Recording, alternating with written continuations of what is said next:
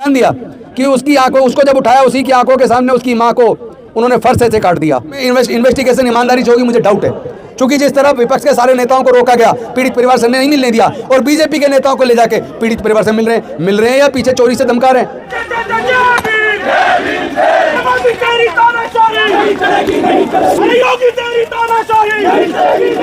कहीं वहां जो ठाकुरवा चल रहा है, उन्होंने इस पूरी घटना को दूसरा रंग देने का प्रयास किया।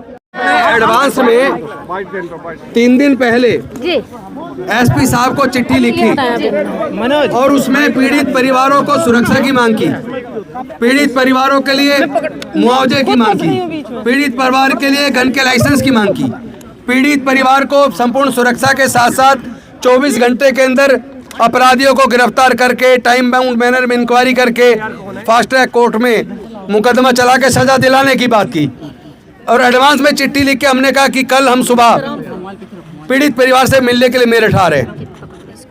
तो हम लोग परसों सुबह पीड़ित परिवार से मिलने, सांत्वना देने के लिए हम लोग जैसे ही मेरठ टोल पर पहुंचे, वहां पे भारी पुलिस तैनात थी, उन्होंने हमें रोक लिया और हमें कहा कि आप आधा घंटा हमें दीजिए, हम आधा घंटे बाद आपको उस गांव में कपसरा गांव के अंदर लेके जाएंगे और पीड़ित परिवार से मिलवाएंगे। और ये भरोसा किसी छोटे से पुलिस के कर्मचारी ने नहीं, बल्कि ये भरोसा हमें पुलिस के डीएसपी अधिकारी ने दिया और एक इंस्पेक्टर पुलिस ने दिया। हम उनकी बात पे भरोसा करके वहीं साइड में खड़े हो गए। उन्होंने आधा घंटा कहा, आधे घंटे की बजाय इंतजार करते करते 1 घंटा हो गया। फिर उन्होंने कहा थोड़ा टाइम और दीजिए, 2 घंटे हो गए। 2 घंटे बाद वहां पर एसपी मिस्टर मिश्र आए और एक एडीएम आए। उन्होंने कहा कि गांव के अंदर बहुत भीड़ है, हम आपको किसी कीमत पे वहां नहीं जाने देंगे, आपकी जान को खतरा है। हमने कहा भाई हमारी जान को खतरा क्यों है?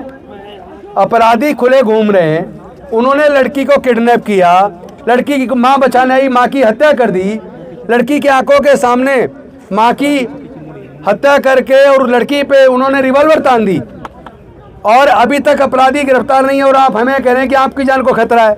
हमारी जान को क्यों खतरा है जब हजारों पुलिस वाले वहाँ मौजूद हैं? और दूसरी बात, हम तो पीड़ित परिवार से मिलने जा रहे हैं, हम कोई किसी सिचुएशन को एग्रीवेट करने तो जा नहीं रहे। हम लोग तो भारत के संविधान में भरोसा करने वाले लोग हैं, हम लोग लॉ एंड ऑर्डर की रेस्पेक्ट करते हैं और हम तो आपको कोऑपरेट कर रहे हैं। एडवांस में आपको चिट्ठी दी है, आप हमें लेके चलिए। तो उन्होंने धक्का मुक्की शुरू कर दी, पुलिस ने बदतमीजियाँ की, हम लोग वहाँ धरने पर बैठ गए। मेरे जाने के कुछ ही देर बाद, जब मैं धरने पे था, कुछ ही देर बाद वहाँ सपा के रामजीलाल सुमन और अतुल प्रधान भी पहुँचे, उनको भी पुलिस ने नहीं जाने दिया। और हमारे 2.5 घंटे बाद चंद्रशेखर भी पहुँचे, उसको भी नहीं जाने दिया। लेकिन बीजेपी के नेताओं को एक दूल्हे की तरह उस गांव में पुलिस लेकर गई और वहां जाके पीड़ित परिवार से मिलवाया। और उसके बाद बीजेपी से जुड़े लोगों ने कहीं ना कहीं वहां जो ठाकुरवा चल रहा है, उन्होंने इस पूरी घटना को दूसरा रंग देने का प्रयास किया, पूरा लांछन लड़की पे डालने की कोशिश की, पूरे केस को डाइवर्ट करने की कोशिश की। लेकिन अभी आज सुबह ही प्रेस कॉन्फ्रेंस के बाद मैं पढ़ रहा था, नव भारत के अंदर रिपोर्ट है कि लड़की, जैसे ही लड़की ने अपने पिताजी को देखा, वो फूट फूट कर रोने लगी और उसने सबके सामने बताया और अपना बयान दिया कि उसकी आंखों, उसको जब उठाया उसी की आंखों के सामने उसकी माँ को उन्होंने फर्श से काट दिया और उसके ऊपर रिवॉल्वर तान दी, उसकी आंखों के सामने उसको मार दिया और वो अपनी माँ के अंत्येष्टि में शामिल नहीं हो पाई। तो मतलब आखिर ये किस दिशा में भारत जा रहा है? और उत्तर प्रदेश अकेला ऐसा राज्य है, पूरे देश के अंदर होने वाले दलित उत्पीड़न के जितने केसेज हैं उसके 26% केस अकेले उत्तर प्रदेश में हो रहे हैं।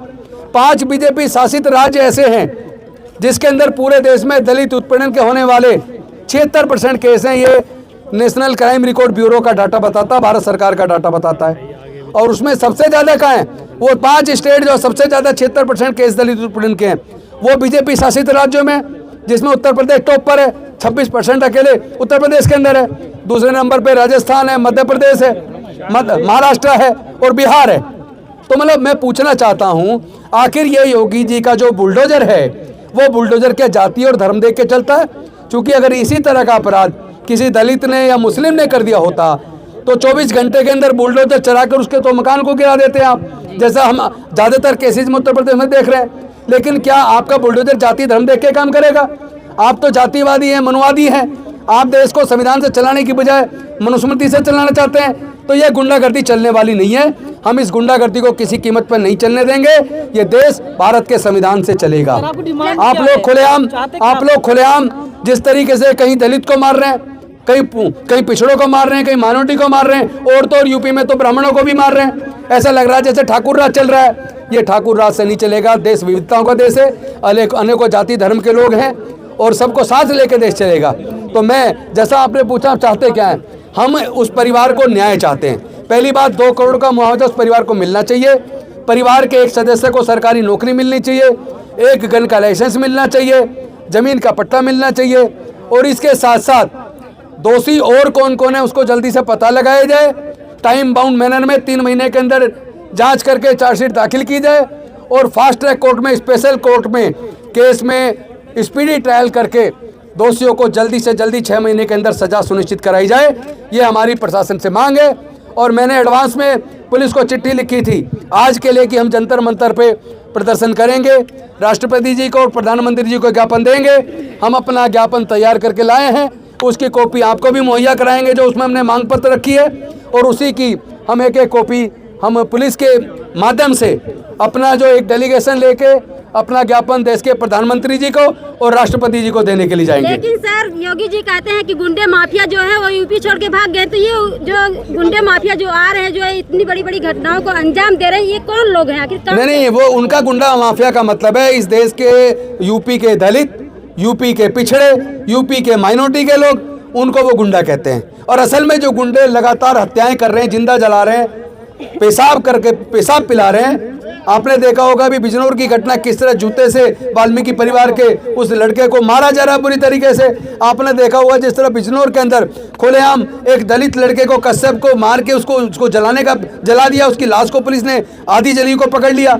इसी तरह एक और को मार के जला दिया। तो ये तो फैशन बन गया है उत्तर प्रदेश के अंदर, फैशन बन गया है, मारो और लाश को जला दो। और ये फैशन किसी और ने नहीं, ये उत्तर प्रदेश के योगी की सरकार ने चलाया।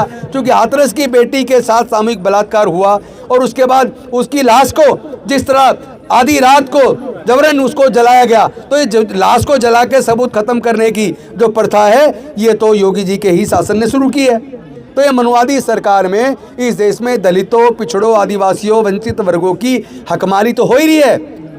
जैसे मनरेगा को ख़त्म करके, आपको पता है विकसित भारत ग्राम जी लाके उन्होंने जो मजदूरों का अधिकार था, काम का, रोजगार की गारंटी थी, उसको ख़त्म किया।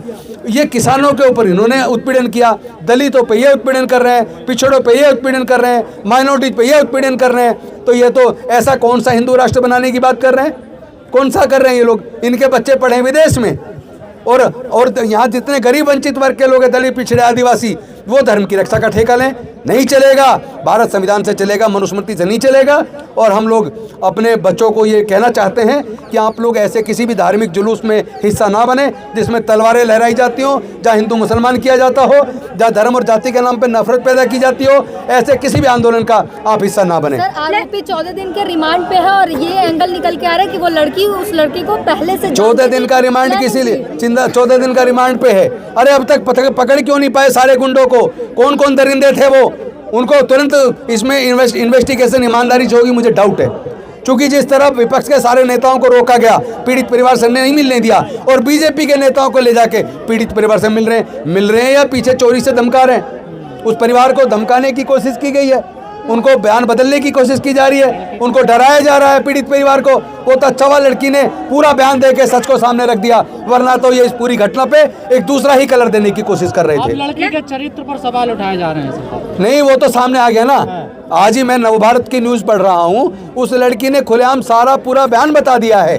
उसने बताया किस तरह उसकी आंखों के सामने उसकी माँ को काट दिया गया और उसके ऊपर रिवॉल्वर तान दी गई, और किस तरह उसको उठा के लेके गए, सारा बता दिया। तो वो जो झूठा कलर देने की कोशिश कर रहे थे, उस बच्ची को बदनाम करने की कोशिश कर रहे थे, आज सच पूरे देश के सामने आ चुका है। लड़की कह रही है हमें कत्ल करने की धमकी देकर मतलब जबरन उठा के ले गए, लेकिन वही जो पारस है वो कह रहे हैं कि हम निर्दोष हैं। देखिए, ऐसा कौन सा मुजरिम है, ऐसे कौन से अपराधी हैं जो अपराध करने के बाद ये कहें कि मैंने अपराध किया है?